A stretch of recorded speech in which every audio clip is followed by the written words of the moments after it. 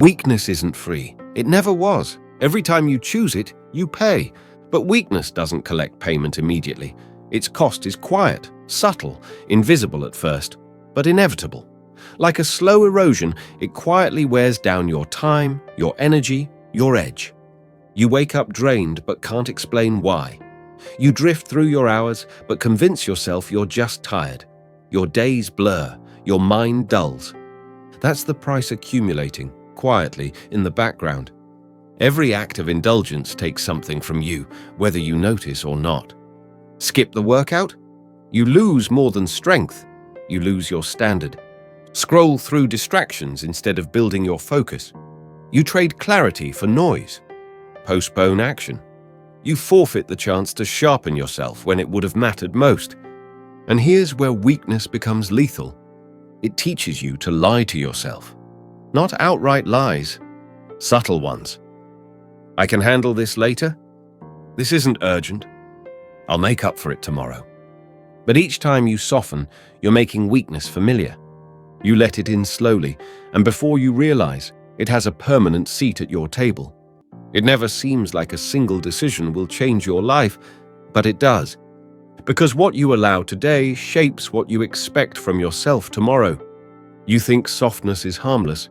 You think it buys you comfort. But softness is not comfort. It's decay. Once weakness becomes part of your routine, discipline starts to feel like punishment. You begin to resent the very actions that once gave you power, and that's when the cost deepens. Weakness erases urgency. It convinces you there's time, that opportunities will wait, that discipline can return whenever you choose. But time isn't waiting, and discipline never rushes back easily. Each day you surrender, the climb back to strength gets steeper. That's why weakness is expensive. It steals in compound interest. It's not just the day you lose today, it's the momentum. One day, soft leads to two. Two lead to four. Four lead to weeks. And then you look up and wonder how you became this version of yourself. This happens quietly. It doesn't announce itself. It doesn't crash into your life loudly. It erodes piece by piece, behind a smile, behind a harmless excuse. You start to lose trust in yourself, not in grand, obvious ways, but subtly. When you say you'll wake early and you don't, when you promise yourself you'll push harder and fall short, each break of that promise removes a layer of respect you hold for yourself. That's the deepest cost of weakness, the collapse of self-trust. Without self-trust, discipline becomes difficult. Without discipline, clarity fades. Without clarity, everything suffers. Your work, your mind, your spirit.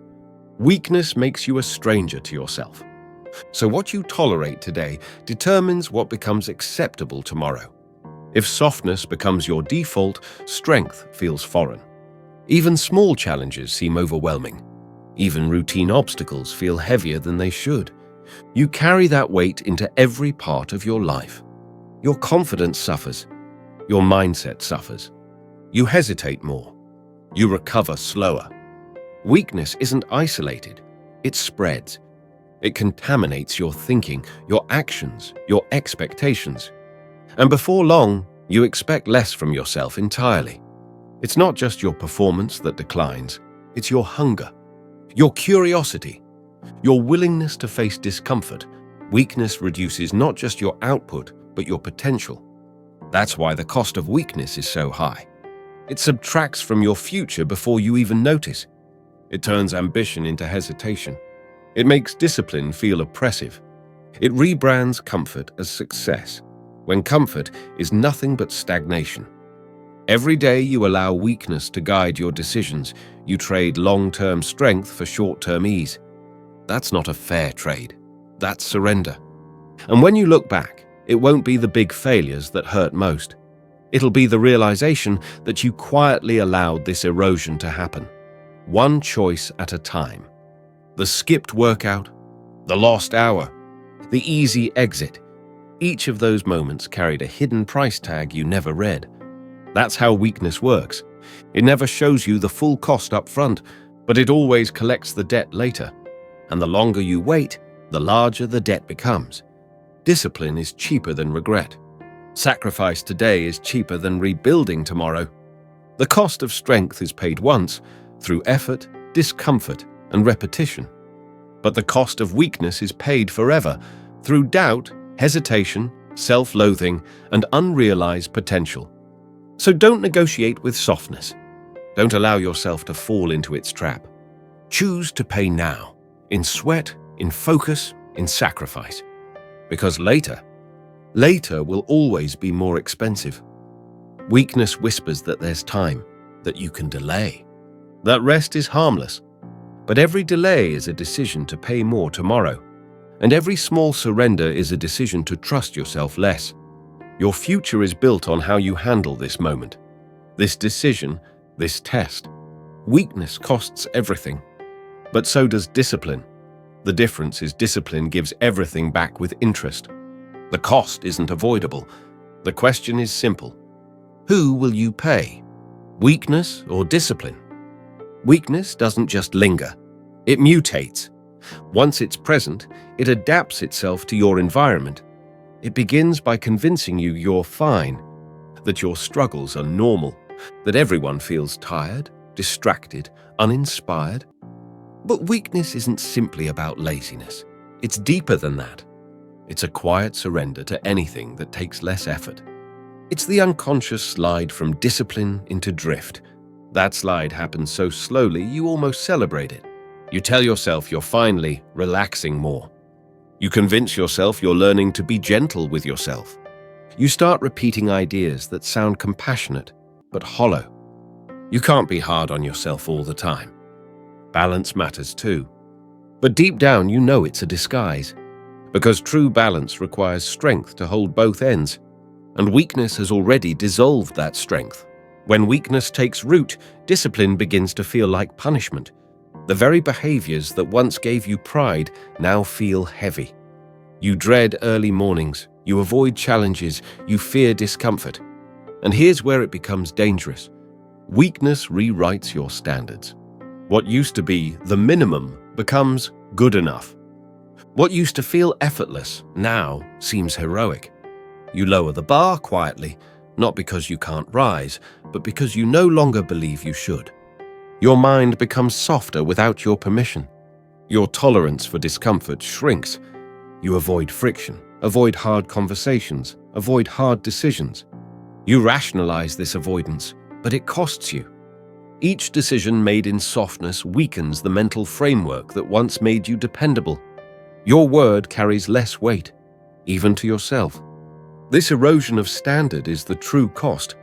Not just lost time, not just lost strength, but the collapse of the invisible architecture that once made you trustworthy in your own eyes. Weakness infiltrates your identity long before it shows up in your results. By the time it becomes visible, it's already deeply embedded. You start accepting delays that would have once disgusted you. You tolerate mediocrity that would have once been unthinkable. You surround yourself with softness and call it self-care. But softness doesn't heal. Softness corrodes. You begin to withdraw, not because you need space, but because facing reality feels heavier than hiding. You isolate yourself from responsibility. You remove yourself from difficulty.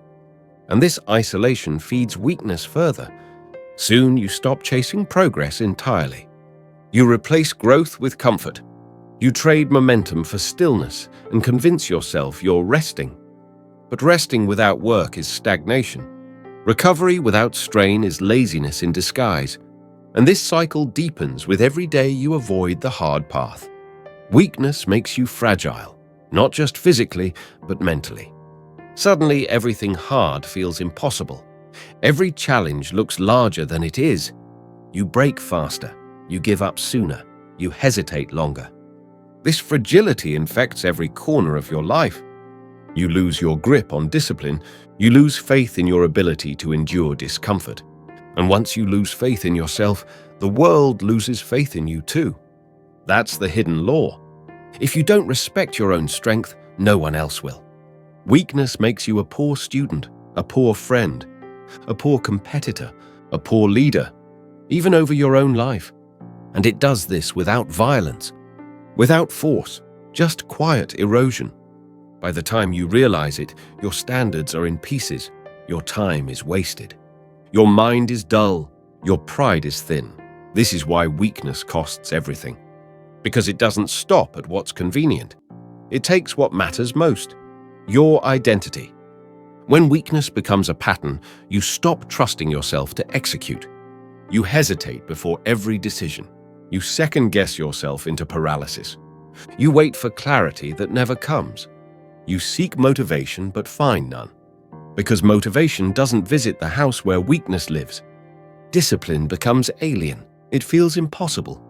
It feels far away. But it isn't far. It's simply buried. Buried under every small surrender you've made along the way. So the cost of weakness isn't just paid in poor results or lost time, it's paid in the weight of carrying a version of yourself you no longer admire.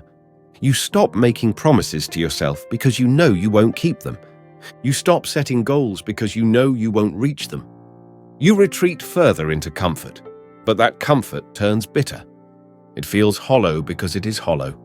Weakness feels good at first, but leaves you empty later. Strength feels hard at first, but fills you later. And here's where most people get trapped. They think they can tolerate a little softness without consequence. But softness compounds faster than strength. The more you accept it, the easier it becomes to accept more. Soon you aren't just avoiding hard things, you're avoiding yourself.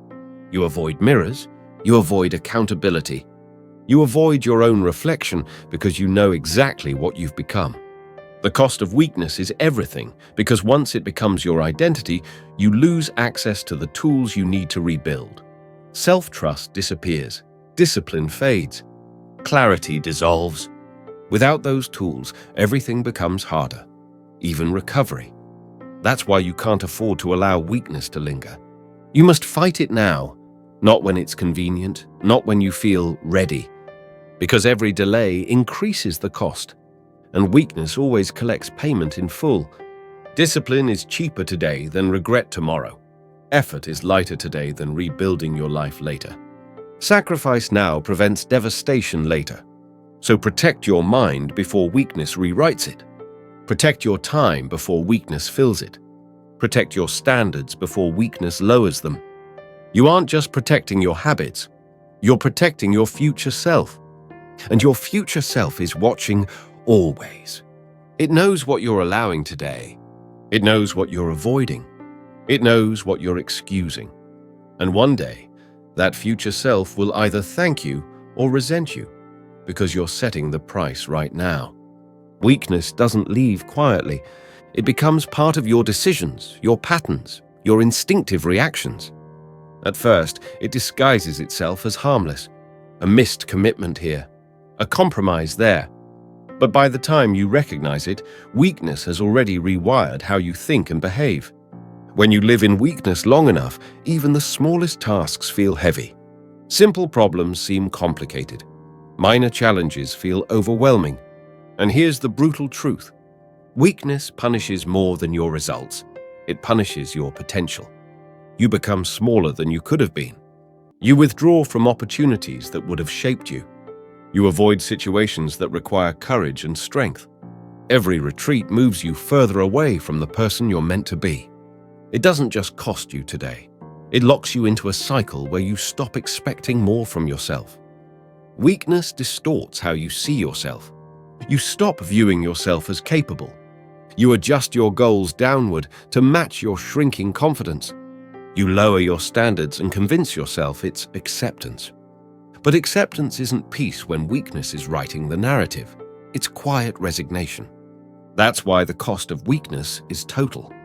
It slowly infiltrates your mind, shaping your expectations, influencing your decisions. And as your standards fall, weakness spreads without resistance. You begin to lose the urgency that once drove you. Opportunities that should excite you now seem too demanding. You tell yourself you're waiting for the right moment, but that moment never comes.